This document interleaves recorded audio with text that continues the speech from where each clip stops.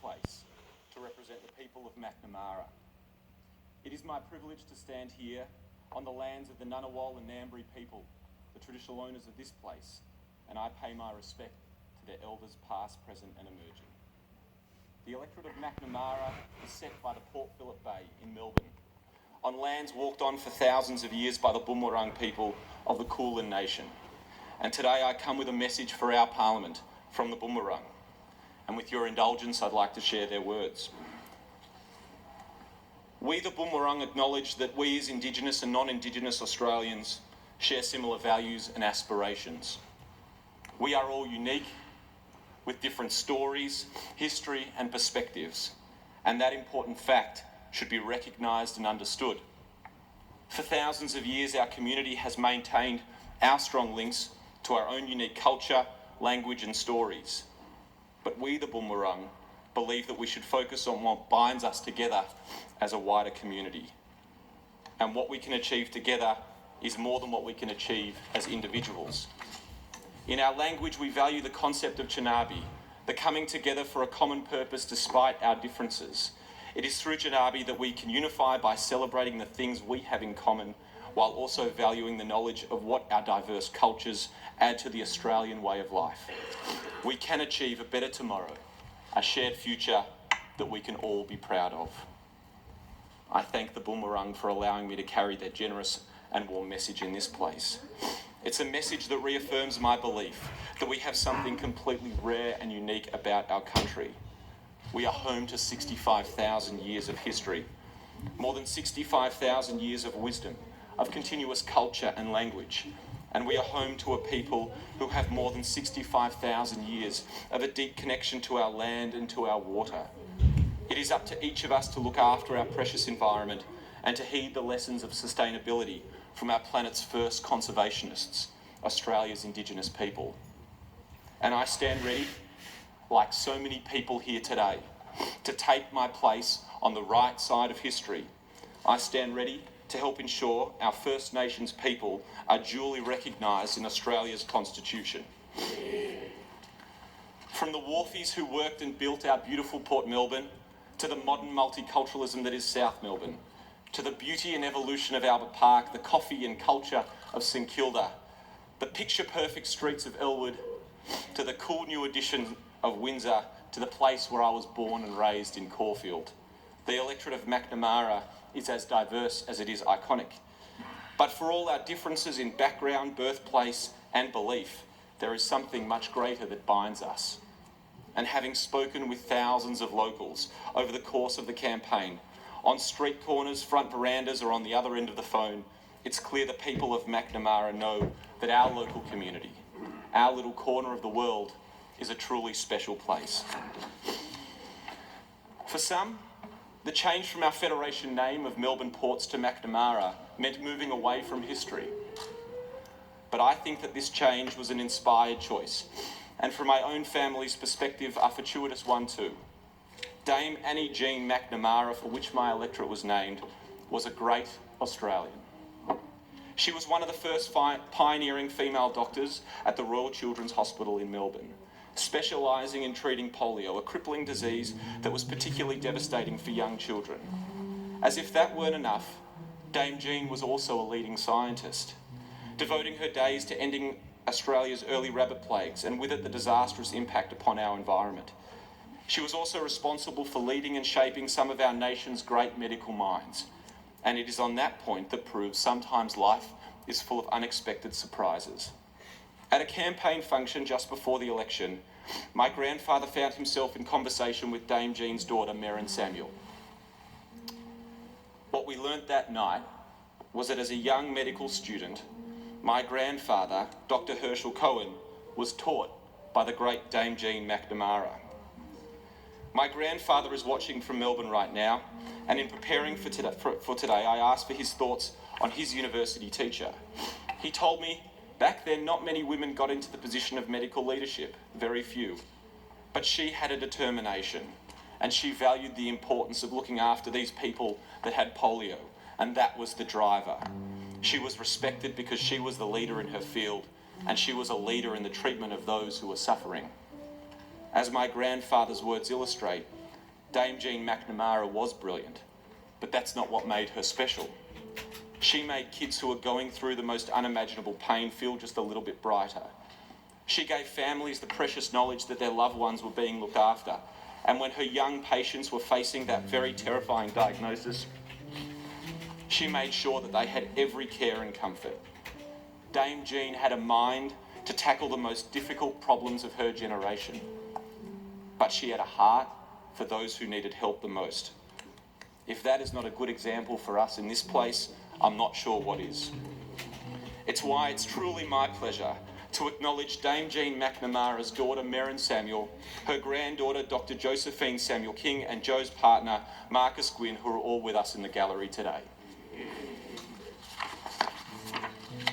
Can I also take this opportunity to acknowledge Michael Danby, who served as the member for Melbourne Ports for 21 years.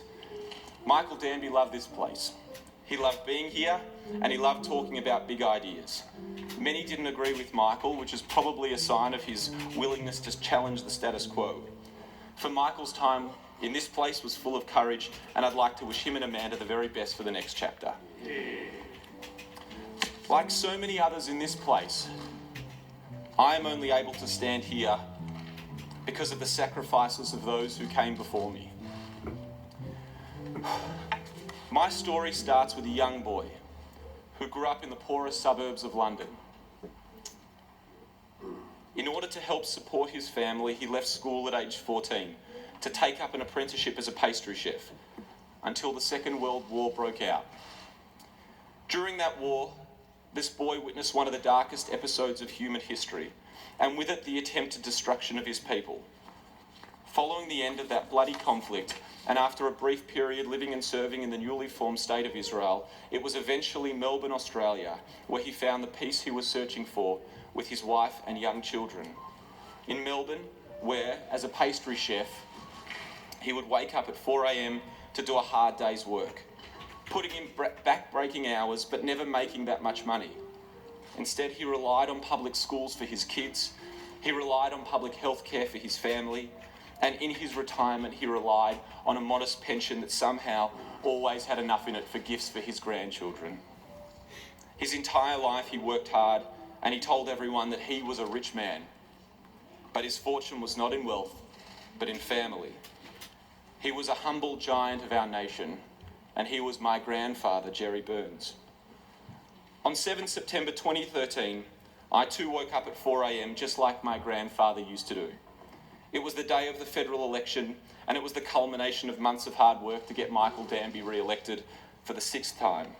And it was also the day that my grandfather, Jerry Burns, passed away. My grandfather told me to do 2 things with my life. The first was to marry my wife Zoe, and the second was to run as a Labor candidate. Thankfully, Zoe agreed to the first, and we've been blessed with our beautiful daughter Tia. Unfortunately, my grandfather never got to meet Tia or see me run as a Labor candidate, but it is his example that has led me here today. My grandfather taught me to work hard, and he taught me to look after hard-working people. He came to this country with very little, and it was this great nation that gifted him not only a good life, but the possibility of building a better life for his children too. His wife, my amazing grandmother Dinah, was barely 5 feet tall, but she too, in almost every sense of the word, was a giant. She was born in Edinburgh in Scotland to a generation without security or opportunity for poor working class women. But Dinah overcame a world full of hurdles and hypocrisy to find safety and happiness with her beloved Jerry in Elwood, in the heart of my electorate. All the while instilling in us, her granddaughters and her grandsons, that our abilities and our ambitions were not bound by pink or blue. On my mother's side, my grandmother Gerda Cohen was also forced to leave her homeland, considered a threat because of nothing more than her family's faith. Throughout my time in university, I had the privilege of working as a teacher's aide, assisting children at the start of their education, full of energy and innocence. And yet at the same age, just 4 years old, my grandmother was somehow deemed an enemy of the Third Reich. My grandmother was born to a world that deemed her unequal before she even learned to read. Thankfully, she was able to escape with her parents to make that long journey across the world as an asylum seeker to Australia. But even in her new home and in the decades that followed, Gerda would always remind us, she was one of the lucky ones. While she was able to escape and build a life here in Australia, much of my family did not and perished in the darkest hour of mankind. It is the lessons from each of my grandparents, Jerry, Dinah, Herschel and Gerda, that guide my policy ambitions in this place. Their stories today are as important as ever. My grandfather Jerry, who built a life for his family with nothing more than his two hands, reminds me that we must find new ways to help more Australians find financial security. The 8-hour day is disappearing. Australians are working longer hours than ever before, while at the same time, the number who are able to afford their own home is plummeting. 30 years ago, 6 out of 10 people my age own their own home. Today that number is closer to 4 and rapidly diminishing. It's clear the old road to financial security is closed for too many Australians. People are working harder than ever, but they are finding it more and more difficult to find financial security. It's why we as a nation need to be willing to have an honest conversation about the way our economy is working and exactly who it is working for. Because just as my grandfather and his generation understood, being an Australian shouldn't mean you are granted a life of privilege, but it should mean that you can work hard to achieve financial security for yourself and for your family. My grandmother Dinah's story reminds me that we must continue our work to ensure that women in Australia are getting the fair share that they deserve, in their life choices, in their workplaces, in their fight for equal pay. We've taken some great strides, but in the decades on from my grandmother's experience, it's clear we have a long way to go. As a father, a friend, a husband, but fundamentally as a human being, I acknowledge my responsibility in securing that better, fairer future for Australian women.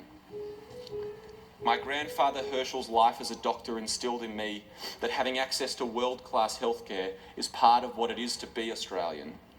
It means access to healthcare regardless of your background or bank balance. But it should also mean universal access to mental health care, something that we are still a long way off from achieving. My family, like so many others, has been impacted by mental illness. As a society, on so many accounts, we are making good progress. But while people continue to slip through the cracks, there is still so much more to do. Just one example. The current arrangement of only being able to access 10 mental health sessions a year via Medicare should be increased. For anyone who has watched a loved one suffer, you know that on every measure 10 sessions is woefully inadequate. Simply put, we can and we must do better. As a nation and as a parliament, we owe it to those Australians and their families. And finally, Speaker, my grandmother Gerda's story. A story of persecution and prejudice has etched in me a fierce opposition to bigotry in all its forms. I was born in Bob Hawke's Australia, in an era when the Australian identity was perhaps at its proudest, but never at the exclusion of others. In more recent times, we've seen the rise of something new, a sinister element that argues that this nation belongs only to a core few, and that by virtue of nothing more than background, birthplace, race or religion, others must reside on the outer. Only months before the election, in the heart of my electorate, we saw that racist underbelly march on St Kilda Beach. Of course, it's not the only instance, with a rise in bigotry seen the world over. The question for us here in this place is, how can we fight what feels like a rising tide? I believe, as so often is the case, the answer lies with Bob Hawke and his unique brand of patriotism. Taking pride in our nation while continuing to be persistent in our defence against discrimination and ignorance. It is up to all of us in this place to ensure Australia is a country that celebrates our differences and our diversity. It is up to all of us in this place to say strongly and without fear that no matter your gender, sexuality, race or religion, here in Australia, you are one of us. Just before I finish, if you will indulge me briefly to acknowledge some of the other people who have helped me get here today. At the top of my list is my beautiful wife, Zoe. Thank you for your love, and for doing more than you should to support me. I love coming home to you and sharing our lives, and I couldn't do this without you. To my beautiful daughter Tia, being away from you is the hardest part of my day, and I hope you'll forgive me for my time in this place, but know that I love you more than I thought I could love anyone. To my incredible parents, Leanne and Phil, you are both fierce campaigners and have helped me achieve far more than my high school teachers thought possible. You have both given me nothing but love and support, and I consider myself very lucky to be your son. To my humble and brilliant little sister Beck and my wise and gentle little brother David, I am truly blessed to be part of our trio. To my former boss Daniel Andrews, my former colleagues, and in particular Jessie McCrone and Lissy Ratcliffe, I wouldn't be here if it weren't for your friendship and help. To Ari Suss and Mark Dreyfus for your guidance and advice. To Bill Shorten and Tanya Plibisek and the entire Labor team who helped us win in Macnamara. To the Labor true believers who are part of a hopeful and ambitious campaign. To my team who worked so hard, especially Dean, Millie, Mickey, Simon, Dakota Thomas, Adam, Sam, Julia Louise, and my entire campaign team. You're all worthy of being etched into Hansard as outstanding political professionals, and I couldn't be prouder to have campaigned alongside you. To my friends and family who have made the journey up to Canberra today, to Anthony Albanese, my good friend Richard Miles, and every member of the Labor caucus for their warm welcome, and most importantly, to the people of Macnamara who put their trust in me, thank you all so much. So, Speaker, I stand here with humility, ready to honour those who have come before me. I stand here with gratitude to a nation that has given my family safety and opportunity. I stand here proudly as a member of the mighty Australian Labor Party, and I stand here in this place as the first member for Macnamara, ready to work hard and ready to look after hard-working people. Thank you very much.